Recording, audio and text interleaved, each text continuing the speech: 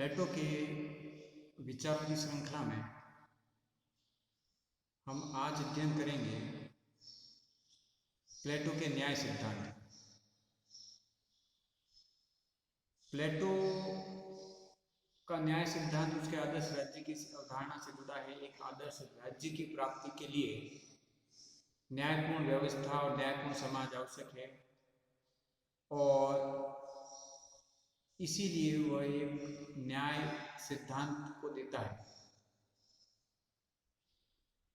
प्लेटो के लिए न्याय का कितना महत्व है इसको हम इसी से जान सकते हैं कि उसकी जो पुस्तक है रिपब्लिक, उसका सब हेडिंग है कंसर्निंग जस्टिस, अर्थात न्याय से संबंधित।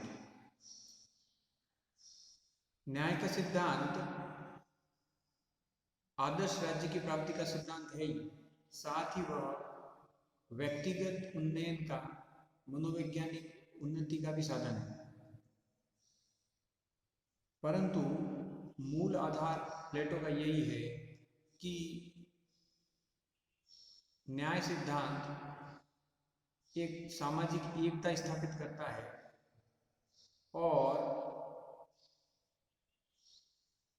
व्यक्ति को उसकी योग्यता और क्षमता के अनुसार कार्य करने की प्रेरणा देके वो सामाजिक एकता स्थापित करता है। प्लेटो की न्याय की अवधारणा वर्तमान में प्रचलित न्याय की अवधारणा से काफी भिन्न है। वर्तमान में न्याय को केवल इस रूप में समझा जाता है कि जो कानून के अनुसार, नियम के अनुसार हुआ वो न्याय है और उन नियमों से जो कुछ परे हुआ वो अन्याय है। कानूनी व्यवस्था का अपना औचित्य है, अपनी विशेषताएं हैं, अपनी आवश्यकताएं हैं। परंतु प्लेटो जिस रूप में न्याय शब्द का प्रयोग करता है वह अगर सिंपल शब्दों में, सरल शब्दों में कहा जाए तो वह प्लेटो का न्याय से तात्पर्य नैतिकता से। वह कानूनी अवधारणा तक सीमित नहीं होता और न्याय को नैतिकता, सदाचरण तक ले जाता है। न्याय के लिए जो वर्ड यूज किया गया है वो है डिकियोसीन। डिकियोसीन का तात्पर्य सदाचरण से ही, केवल कानूनी व्यवस्था के अनुसार या उसके अनुपालना से नहीं है। तो प्लेटो के जब हम न्याय व्यवस्था का अध्ययन करते हैं तो हमें वर्तमान में प्रचलित कानूनी न्याय की अवधारणा से अलग दृष्टि से सोचना चाहिए। अर्थात जब भी हम प्लेटो का अध्ययन करें और उसकी न्याय व्यवस्था का अध्ययन करें तो वहां न्याय का तात्पर्य नैतिकता से। अब प्लेटो समाज में नैतिक व्यवस्था स्थापित रहे, समाज में सभी व्यक्ति सदाचरण करें, सद्गुणों की प्राप्ति करें, उसके लिए इस व्यवस्था को देता है। तो प्लेटो ये मानता है कि तत्कालीन समाज में कई ऐसी कुरीतियां हैं, कई ऐसी बुराइयां आ गई हैं जिन्हें दूर करने के लिए और एक आदर्श राज्य स्थापित करने के लिए न्याय व्यवस्था स्थापित करना आवश्यक है। अब उस तरह की न्याय व्यवस्था स्थापित करने के लिए या नया न्याय सिद्धांत देने के लिए प्लेटो के लिए यह भी आवश्यक था कि वो पुराने सिद्धांतों का खंडन करें जो न्याय के प्रचलित सिद्धांत हैं, क्योंकि उन सिद्धांतों की कमियां वह तत्कालीन समाज के सामने रख के, तत्कालीन अकादमिक जगत के सामने रख के, तत्कालीन राजनीतिक व्यवस्था के सामने रख के वह अपने नए नया सिद्धांत को सही रूप में सामने ला पाएगा। अब उस समय न्याय की कई विभिन्न अवधारणाएं प्रचलित थी, परंतु तीन प्रमुख अवधारणाएं हैं जिनका प्लेटो खंडन करता है और उसके बाद अपनी न्याय व्यवस्था के सिद्धांत को प्रतिस्थापित करता है। न्याय का एक प्रमुख सिद्धांत जिसका प्लेटो ने खंडन किया वह न्याय का एक परंपरावादी सिद्धांत है। इसके प्रमुख समर्थक सेफालस और पोलेमाइकस हैं। सेफालस ये कहता है कि न्याय के परंपरागत सिद्धांत के अनुसार कि न्याय सत्य बोलने और अपना कर्ज चुकाने में निहित है। अर्थात न्याय वही है कि व्यक्ति सत्य बोले और किसी के प्रति कृतज्ञ न हो, यही न्याय व्यवस्था है। उसके पुत्र पोलेमाइकस ने भी इसी चीज को कुछ अलग रूप में कहा। पोलेमाइकस ये कहते हैं कि न्याय वह है जो प्रत्येक व्यक्ति को वह देने में है जो उचित। तो सर्वप्रथम यहाँ पे सवाल खड़ा होता है कि उचित क्या है, और जो उचित है उसका निर्धारण कौन करेगा। एक प्रमुख समस्या इस कड़ी में ये भी आती है कि किसी को न्याय वह देने में है जो उचित है, तो आप उचित शब्द लगा के न्याय को एक कला या आर्ट मान लेते हैं। कला या आर्ट का तात्पर्य ये हुआ कि मान लीजिए कि एक डॉक्टर है, उसके पास अपना चिकित्सकीय क्षमता, हुनर है, जिसके द्वारा किसी व्यक्ति को सही भी कर सकता है और बीमार भी कर सकता है, या उसको सही नहीं भी कर सकता, उसको चिकित्सा के द्वारा लाभान्वित भी कर सकता है और चाहे तो न भी कर सकता है। प्लेटो ये कहते हैं कि इस रूप में मान लेना न्याय को सही नहीं है। न्याय हमेशा सत्य की तरफ जाता है, उसको उचित या अनुचित मान लेना सही नहीं होता। दूसरा एग्जाम्पल हम ले सकते हैं, जैसे वकील है, वह अपनी क्षमताओं से एक न्यायी व्यक्ति को माफ कीजिएगा, एक निर्दोष व्यक्ति को न्याय दिला भी सकता है और एक दोषी व्यक्ति को छुड़ा भी सकता है। उसको जेल में न जाने का भी व्यवस्था या कानून दृष्टि से वो ऐसा कर सकता है कि निर्दोष व्यक्ति बच जाए और दोषी व्यक्ति निर्दोष व्यक्ति को सजा हो जाए और दोषी व्यक्ति बच जाए। तो प्लेटो कहता है कि इस रूप में न्याय को मानना सही नहीं है। न्याय केवल हमें सही दिशा में अग्रसर होगा, वह समाज और व्यक्ति के कल्याण के लिए होगा, वह सद्गुणों की तरफ अग्रसर होगा। तो परंपरा का सिद्धांत न्याय को एक कला मान लेता है। इसी प्रकार अगर इसी सिद्धांत को, परंपरा का सिद्धांत को माना जाए कि वह प्रत्येक व्यक्ति को वह देने में जो उचित है, तो इसका तात्पर्य यह होगा कि वह अपने मित्रों का भला करने में, शत्रुओं का पूरा करना ही न्याय हो गया। तो अब एक सवाल ये भी खड़ा हो जाता है कि फिर मित्र कौन है और शत्रु कौन है, क्योंकि आज की तारीख में जो मित्र हो सकता है वो कल शत्रु हो जाएगा, और कल तक जो शत्रु था वो आज मित्र हो सकता है। अब यह सिद्धांत न्याय को व्यक्तिगत संबंधों तक सीमित कर देता है, परंतु न्याय की अवधारणा वस्तुतः सामूहिक है, वह पूरे समाज से जुड़ी हुई है। व्यक्तिगत लेन देन में न्याय का फैसला करना आसान होता है, और सामाजिक रूप से न्याय के जो प्रमुख उद्देश्य हैं, समाज का विकास, राज्य का विकास, समूह मानव जाति का विकास, उस दृष्टि से परंपरा सिद्धांत ज्यादा कुछ नहीं कहता। अतः प्लेटो के अनुसार यह सिद्धांत सही नहीं है। परंपरागत सिद्धांत के बाद में एक अन्य सिद्धांत था जिसका खंडन प्लेटो करता है। प्लेटो ने जिस सिद्धांत का खंडन किया, दूसरा हुआ था उग्रवादी सिद्धांत। थ्रेसेमाइकस इसका बड़ा समर्थक था, और थ्रेसेमाइकस के अनुसार या उग्रवादी सिद्धांत के अनुसार, न्याय के उग्रवादी सिद्धांत के अनुसार, न्याय शक्तिशाली का ही थी न्याय है। अब शक्तिशाली कौन? व्यक्तिगत स्तर पर क्षेत्रों के अनुसार अनेक शक्तिशाली व्यक्ति हो सकते हैं, परंतु सामान्यतः हम देखते हैं कि शासक है सर्वाधिक शक्तिशाली होता है। अतः न्याय वह है जो शासक प्रदान करे, या जो शासक निर्णय दे वह न्याय है, या शासक जिन नियमों को बनाए वह न्याय है। परंतु प्लेटो इसका भी खंडन करता है। प्लेटो के अनुसार शासक हमेशा सही निर्णय ले या सही नियमों का निर्माण करे, या हमेशा सत्य के रास्ते में चल के ही अपना निर्णय ले, यह आवश्यक नहीं है। वह निरंकुश भी हो सकता है, वह गलत निर्णय भी ले सकता है। अतः न्याय का जो उग्रवादी सिद्धांत है कि शक्तिशाली का हित ही न्याय है, तो शक्तिशाली के हित को न्याय मान लेना सही नहीं है।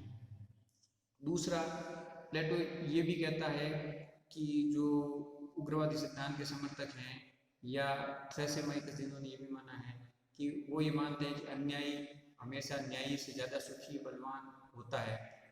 इस तथ्य के पीछे तर्क यह है कि जो अन्यायी व्यक्ति होता है वो अपनी शक्ति से या अपने चालाकी से किसी भी चीज़ को प्राप्त कर सकता है, चाहे वो संपत्ति हो चाहे शक्ति हो, और जिसके पास संपत्ति शक्ति है वही सुखी है।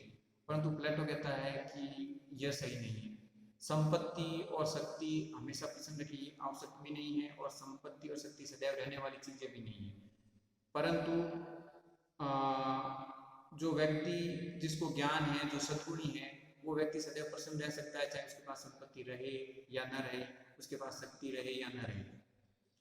बुद्ध के पास सारा वैभव था, सारी शक्ति थी, सारी संपत्ति थी, उन्होंने सारा वैभव छोड़ दिया। भगवान महावीर स्वामी ने ऐसा ही किया।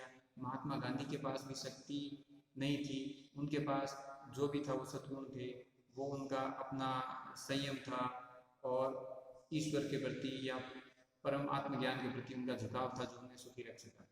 तो ये मान लेना कि अन्यायी हमेशा सुखी होता है क्योंकि उसके पास शक्ति, संपत्ति और अन्य भौतिक शक्तियाँ होती है, सही नहीं है। इसी प्रकार हम देखें कि न्याय का तीसरा सिद्धांत था जो ग्लूकोन ने दिया और प्लेटो ने उसका भी खंडन किया, वह था यथार्थवादी सिद्धांत। यथार्थवादी सिद्धांत ये कहता है कि न्याय भय का शिशु है, अर्थात कमजोर का हित न्याय है। तो या हम दूसरे शब्दों में कहें कि न्याय कमजोर की आवश्यकता है। कैसे कि कमजोर व्यक्ति होते हैं, उन्हें हमेशा डर लगा रहता है कि उनके साथ अन्याय हो सकता है, तो अन्याय न हो उसके लिए एक व्यवस्था स्थापित करते हैं। उस व्यवस्था को बनाए रखने के लिए नियम, कायदे, कानून बनते हैं। उन नियमों और कायदे कानूनों के अनुरूप जो हो रहा है वो न्याय है, और उसके परे जो कुछ हो रहा है वो अन्याय है। तो एक जो भय था कमजोर व्यक्तियों में, उस भय के कारण कि भाई हमारे साथ कुछ गलत ना हो जाए, इस कारण एक व्यवस्था स्थापित हुई और कानून नियम बने, और उस नियमों को लागू करने के लिए एक व्यवस्था भी बनी। जो उन नियमों के अनुसार, कायदे कानून के अनुसार चलता है वह न्याय है, बाकी सब अन्याय है। अब इसी कारण उसको भय का शिशु कहा गया है। परंतु प्लेटो इसमें भी अपना विरोध प्रकट करता है। वह कहता है कि न्याय कोई कृत्रिम वस्तु नहीं जिसे बना दिया गया, वह अंतर्मन की वस्तु है, वह सदाचरण की वस्तु है, वह सदैव रहने वाली है। वह कुछ ऐसे नियम हैं जो व्यक्ति पर नहीं, चिरकालीन व्यवस्था या प्रकृति के नियमों से जुड़े हुए हैं। तो न्याय को केवल बाह्य कृत्रिम वस्तु बना देना सही नहीं होगा। इन सारे सिद्धांतों के खंडन के पश्चात प्लेटो अपनी न्याय व्यवस्था देता है और न्याय सिद्धांत को प्रतिपादित करते हुए कहता है कि न्याय आंतरिक वस्तु है, वो मन से उत्पन्न होती है, और न्याय व्यवस्था स्थापित करने के वो कई मनोवैज्ञानिक आधार भी देता है। वो कहता है कि प्रत्येक मनुष्य में 3 तत्व पाए जाते हैं, तृष्णा, साहस और बुद्धि। अब ये है कि प्रत्येक व्यक्ति में कोई एक तत्व प्रधान होता है और अन्य तत्व गौण तो नहीं होते, पर उनकी उसमें मात्रा कम होती है। तो प्रत्येक व्यक्ति में जो तत्व प्रधान होता है उसी के अनुरूप कार्य करना और पूर्ण समर्पण से कार्य करना और दूसरे के कार्य में हस्तक्षेप न करना, ये न्याय व्यवस्था का आधार है। तो व्यक्ति के अंदर 3 तत्व हैं, उसी आधार पर समाज में भी 3 तत्व हैं। ये माफ कीजिएगा, 3 तत्वों के आधार पर समाज में 3 वर्ग है। अब वो वर्ग हो गए, जैसे तृष्णा तत्व है, तृष्णा तत्व के सामने के आधार पर जो वर्ग उत्पन्न होता है वह है उत्पादक वर्ग। साहस है, उसके आधार पर जो वर्ग उत्पन्न होता है वह है सैनिक वर्ग। और जो बुद्धि है उसके आधार पर, जो बुद्धि तत्व है उसके आधार पर जो वर्ग उत्पन्न होता है वह है शासक वर्ग। तो जैसे व्यक्ति के अंदर 3 तत्व हैं, प्रत्येक व्यक्ति के अंदर 3 तत्व हैं, उसी प्रकार राज्य में 3 तत्व है। इसी कारण कहा जाता है कि राज्य व्यक्ति का विराट रूप। इन 3 तत्वों के आधार पर प्रत्येक व्यक्ति में कोई एक तत्व प्रधान है, उसके अनुरूप प्रत्येक व्यक्ति अपनी योग्यता और क्षमता के अनुसार कार्य करे और दूसरे के कार्य में हस्तक्षेप न करे। यही न्याय का सिद्धांत है। अब इसके लिए कौन सा तत्व प्रधान है, क्या कैसे होगा, उसके लिए प्लेटो शिक्षा की व्यवस्था करता है कि प्राथमिक शिक्षा, फिर माध्यमिक शिक्षा, फिर सैनिक शिक्षा और फिर शासक वर्ग या दार्शनिक वर्ग के लिए शिक्षा। तो 18 वर्ष की आयु तक शिक्षा का एक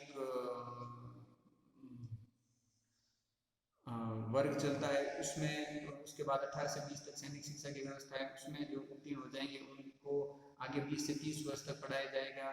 जो 30 वर्ष पश्चात पुनः परीक्षा होगी, जो उसमें उत्तीर्ण हो जाएंगे उनको दर्शन की शिक्षा दी जाएगी। तो इस तरह एक पूर्ण शिक्षा व्यवस्था करता है, उसके आधार पर निर्धारण होगा। पर यहाँ पे समस्या एक है कि उत्पादक वर्ग के लिए शिक्षा की कोई व्यवस्था नहीं करता।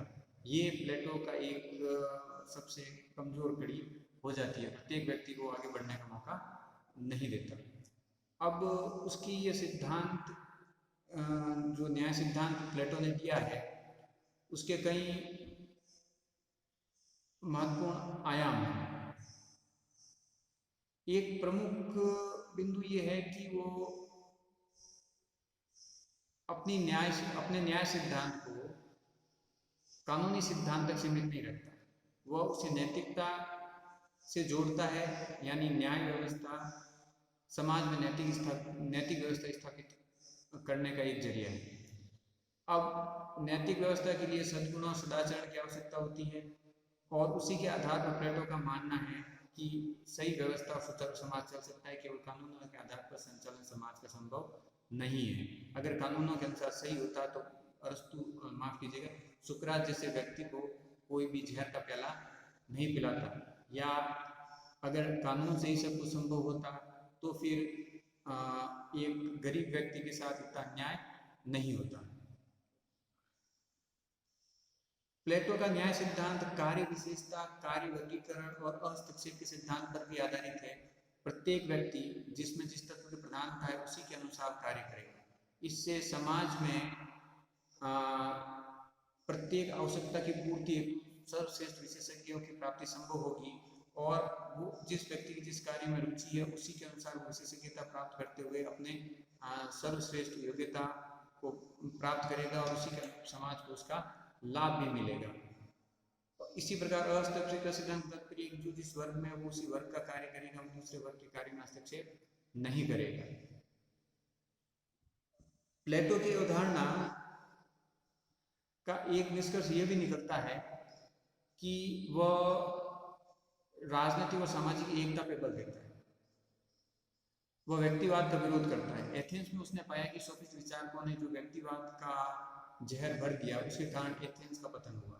लोग अपने हितों, लालच, निजी स्वार्थ के बारे में सोचते थे, राज्य के बारे में सोचने का किसी के पास न समय था, न ही उनको ऐसी शिक्षा मिली थी। अतः राज्य को प्रमुखता देते हुए व्यक्तिगत हितों को कम कर देता है, या उनके महत्व को ज्यादा महत्व नहीं देता। अब व्यक्तिगत हितों के को महत्ता न देने और राज्य के हितों को महत्ता देने के कारण ही कई बार ये कह दिया जाता है कि प्लेटो राज्य को साध्य मानता है और व्यक्ति को साधन। अतः व्यक्ति केवल और केवल एक साधन बन जाता है उसके राज्य के समक्ष। तो इसको लेकर कई बार आलोचना भी होती है। यह सिद्धांत मनोवैज्ञानिक आधार पर इसलिए माना जाता है क्योंकि प्रत्येक व्यक्ति में जो अंदर योग्यता है उस या जो जिस गुण की प्रधानता है उसको विकसित कर सकेगा। परंतु आलोचना भी यह है कि प्रत्येक व्यक्ति में मान लीजिए कोई तत्व प्रधान भी है और दूसरे तत्व है, और व्यक्ति की इच्छा है कि वह दूसरे तत्वों को प्रमुखता देते हुए आगे बढ़े, तो प्लेटो उस समय उनके लिए कोई व्यवस्था नहीं करता। आलोचना की दृष्टि से देखें तो आलोचना यह है कि यह बात सही है कि नैतिकतापूर्ण समाज होना चाहिए, कानून की अपनी कमियां हैं, पर कानून के बिना भी सामाजिक व्यवस्था और राजनीतिक व्यवस्था को बनाए रखना बड़ा जटिल है। आलोचना का आधार यह भी है कि वह कहता है कोई व्यक्ति किसी दूसरे के कार्य में हस्तक्षेप नहीं करेगा, परंतु दार्शनिक शासक के पास सारी शक्तियां हैं कि वो जिस वर्ग और समूह के प्रति जो नियम लागू करना चाहे वो लागू करवा सकता है। तो दार्शनिक शासक को वो अत्यधिक शक्तियां प्रदान करता है। अप्रजातांत्रिक सिद्धांत उसको इसलिए कहा जाता है क्योंकि वह जो शिक्षा की व्यवस्था करता है उसमें उत्पादक वर्ग की वह उपेक्षा कर देता है। और एक आलोचना यह भी है कि व्यक्ति राज्य का साधन बन जाता है। तो प्लेटो के न्याय सिद्धांत की अपनी विशेषताएं हैं, अपनी कमियां हैं, और इसी न्याय सिद्धांत को लागू करने के लिए प्लेटो एक विस्तृत शिक्षा व्यवस्था देता है, क्योंकि न्याय सिद्धांत तभी लागू हो पाएगा, न्याय सिद्धांत विभिन्न वर्गों का वर्गीकरण तभी हो पाएगा जब शिक्षा व्यवस्था एक साधन बनेगी उस न्याय व्यवस्था को लागू करवाने का, अर्थात जो 3 वर्गों की संकल्पना देता है उसमें कौन सैनिक वर्ग में जाएगा, कौन शासक वर्ग में जाएगा, उनका चयन कैसे हुआ, ये सारा कुछ शिक्षा पे निर्भर करेगा। जो शिक्षा उत्तीर्ण करते जाएंगे वो आगे दार्शनिक शासक बनेंगे, जो कुछ परीक्षाएं उत्तीर्ण नहीं कर पाएंगे वो सैनिक वर्ग में आ जाएंगे। इसी तरह विभिन्न वर्गों का वर्गीकरण, चयन प्रक्रिया सारी शिक्षा पर निर्भर करती है। अतः अरस्तु के न्याय का जो सिद्धांत है वह शिक्षा सिद्धांत से जुड़ा हुआ है। अतः अरस्तु के न्याय सिद्धांत की अगली कड़ी शिक्षा सिद्धांत है।